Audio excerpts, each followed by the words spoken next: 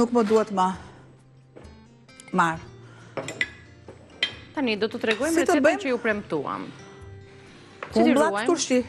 Po, t'i ruajmë për një kohë më të gjatë dhe t'i kalojmë t'i fermentojmë ato.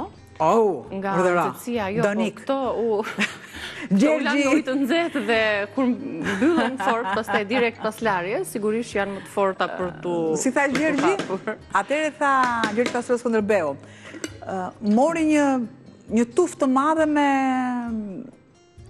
jo me thupra, tani s'po më vjen ndërmend. Thupra. Me thupra.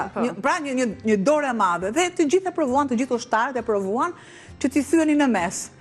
Dhe Gjergji mori një thupër dhe e theu në mes. E theu një nga një. Atëherë, kur ne jemi të bashkuar, asgjë nuk kanë poshtë. Kurse një është komplet që kalaja të bje në duart e perandorisë.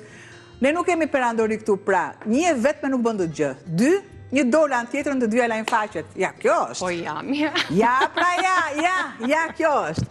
Dhe... Atëherë, kumblat shenjë që janë tani në këtë sezon, edhe pak do t'jenë edhe e kanë kohë në shkurtër, kështu që ne do t'i zgjasim pak në... Kumblat. Opa. Ne kur kemi qenë të vegjël, kur vinin ijet në Shami me merhamon të tyre, ato përparset, beze me vija, edhe na shisnin 5 lek ka ushi. Të caracat, të fatet, të gjitha me radhë.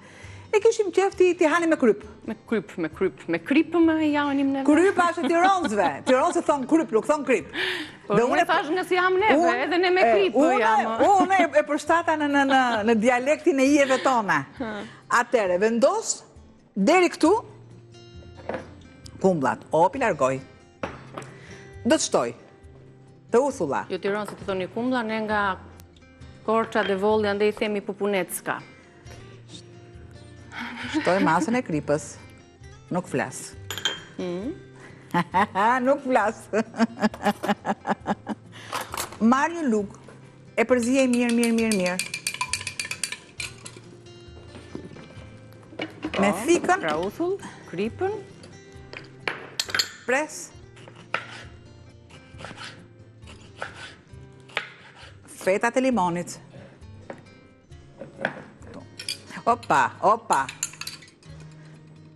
Këtu. Dhe do t'i shtoj pak kusfare ujë. Dhe atë mas të uthullës. Ka një sa ujë. Aj që ujë sa më duhet për kumblat, ëse?